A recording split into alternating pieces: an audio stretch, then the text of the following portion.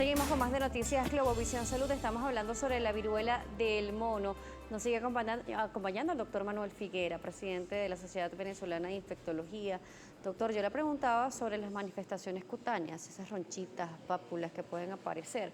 Por ejemplo, en nuestro país con las lechinas, creíamos que si poníamos, por ejemplo, dos niños juntos, le iba a dar la lechina al otro, como para que saliera de eso. Así decían los abuelitos en el pasado.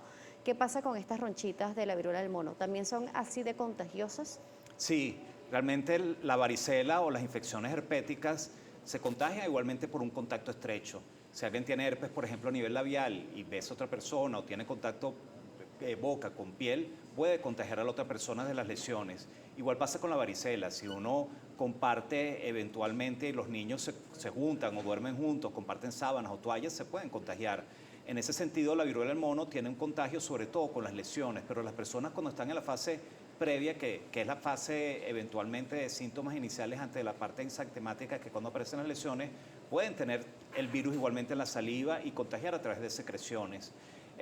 En algunos estudios se ha determinado que aparentemente el virus o el DNA ha aparecido incluso en semen. Todavía no se ha determinado que haya un contagio sexual, pero sí por un contacto estrecho, eso definitivamente se sabe. Entonces, cualquier persona que tenga lesión en piel, evidentemente no puede tener contacto. Hoy en día hay apenas un caso en Venezuela, viruela del mono, y con el aislamiento y las medidas que han tomado de vigilancia de los contactos estrechos, no debe haber alarma en ese sentido, no debe haber más casos, y si aparece otro caso puede ser de algún viajero, pero tanto en Argentina, Brasil, en México, las personas que eventualmente apareció infectada fue un caso importado y no se ha diseminado más. En Venezuela no tiene por qué diseminarse porque lo que se está haciendo es lo adecuado y en ese sentido cualquier persona que tenga una lesión en piel hoy en día lo más probable es que sea algo distinto y debe acudir al médico, no aterrarse de que tenga viruela del mono.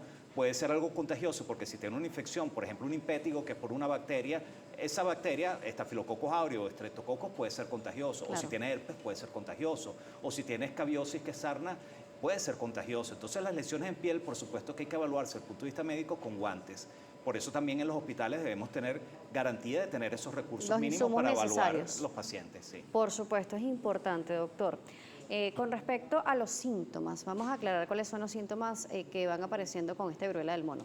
Tiene como tres fases. La fase de eventualmente incubación, que es desde que la persona se contagia, tuvo el contacto estrecho y aparecen los síntomas, suele ser de 6 a 14 días por promedio en general. Después viene una fase prodrómica que suele ocurrir fiebre, malestar general, dolor de cabeza, aparición de ganglios y posteriormente viene la fase exantemática o de rash que aparecen las lesiones en piel. Las lesiones tienen una evolución más o menos típica que primero aparecen manchas que se llaman máculas, después se elevan que se llaman pápulas, aparecen con líquido que se llaman vesículas, pueden aparecer un contenido pustuloso que es blanquecino, se rompen, forman costras y después se caen con el tiempo y pueden dejar una marca que desaparece a lo sumo en cuestión de semanas. Todo este proceso dura menos de 21 días y por eso el aislamiento de las personas que se diagnostican o se consideran positivas son de 21 días. En este periodo la persona que tenga viruela del mono debe abstenerse de tener contacto estrecho con otras personas, las toallas, las sábanas, la ropa de uso diario debe ser lavada como se lava habitualmente y debe evitarse contacto de esa ropa con otras personas o de esa toalla con otras personas. Sí, con mejor así nos dice por acá cómo distinguirla de otra alergia habitual o eventual, mejor dicho. Lo más probable es que si alguien tiene lesiones en piel y se considera que es una alergia, las manifestaciones, por ejemplo, de urticaria son muy típicas, las manifestaciones de herpes son muy típicas, las manifestaciones de distintas enfermedades son muy típicas. La viruela del mono se ha presentado principalmente con pocas lesiones y aparecen a nivel del sitio de contagio. A nivel genital, perianal, a veces en la cara o en la boca. Pero quien tenga hoy en día lesiones en cara, piel, en boca, probablemente sea otro problema distinto a viruela del mono. No hay que alarmarse de ello, pero si tiene duda debe consultar con el especialista. A través de la cuenta de @salud_gb también nos hacen una pregunta a través de nuestra casilla de consulta y nos preguntan si las manifestaciones en piel pueden aparecer con agua, con burbujas. No se contagia a través del agua, no se contagia. No, si aparecen burbujitas y agua en la lesión. Ah, sí, eso se llama vesículas, que son las lesiones elementales que tienen líquido en su interior. Las lesiones se parecen a la de varicela o lechina. Okay. De hecho, se pudiera confundir, pero cuando a alguien le parece lechina, las lesiones suelen ser múltiples en distintos sitios. A veces son pocas, a veces son muchas. Mientras que la viruela del mono suelen ser limitadas a un solo sitio, por lo menos en el mundo occidental. En África hay personas que se complican, tienen infecciones muy severas, pero en los más de 1.300 casos que han ocurrido no se ha indicado un problema diseminado. Raimundo nos escribe por acá, nos dice saludos, nos dice, ¿habrá algún plan de inmunización para la viruela del mono? La única vacuna que funciona para prevenir la viruela del mono son las vacunas de viruela. Y desde 1980 prácticamente no se vacuna a nadie en el mundo. De hecho, la disponibilidad de vacunas es muy limitada. Las únicas personas que se vacunan son por riesgo de bioterrorismo, a los militares cuando fueron en Estados Unidos a la Guerra del Golfo, o eventualmente a los que trabajan en laboratorios de bioseguridad nivel 4 y trabajan con distintos virus, son los que se vacunan. Hoy en día la estrategia de los países que tienen las pocas vacunas es vacunar en una estrategia de círculo. La persona que está infectada tuvo contacto eventualmente con otras personas y se vacunan a esas otras personas o los profesionales de salud que tuvieron contacto con este caso positivo. Y es la estrategia que están haciendo. No hay suficientes vacunas para todo el mundo, ni siquiera para todos los países.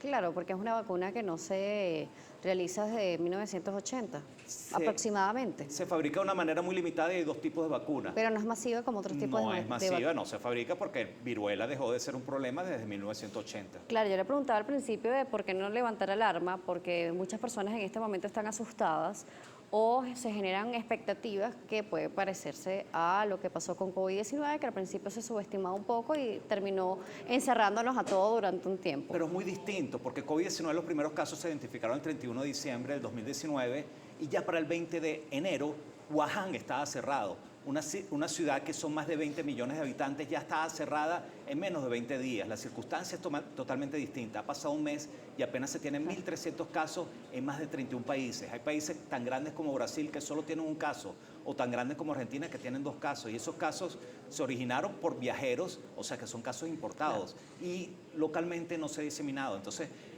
hay que además es una enfermedad conocida, a diferencia del COVID. Conocida y hay un término que es el número de reproducibilidad básico o R0, que lo nombramos mucho con COVID-19. Decíamos que COVID-19 al principio tenía un valor de 2, eso significaba que un infectado podía contagiar a 2 personas. Hoy en día con Omicron ese valor ha subido a 8, 10. Un infectado con Omicron pudiera contagiar a 10 personas, pero con la viruela del mono es menos de 1, es 0,8. La posibilidad de que alguien infectado contagie a otro es extremadamente baja y por eso es que este problema no se ha diseminado. Si se contagiara por vía respiratoria, el problema fuera mucho mayor.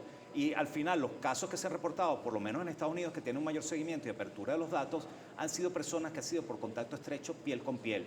Y no se ha documentado en las residencias donde viven con otras personas, en los aviones, en los sitios que han ido en general. Y no ha habido en Estados Unidos casos en profesionales de salud, porque evidentemente están tomando las medidas de protección a la hora de evaluar pacientes o personas. Doctor, ¿cómo los contactan ustedes como sociedad?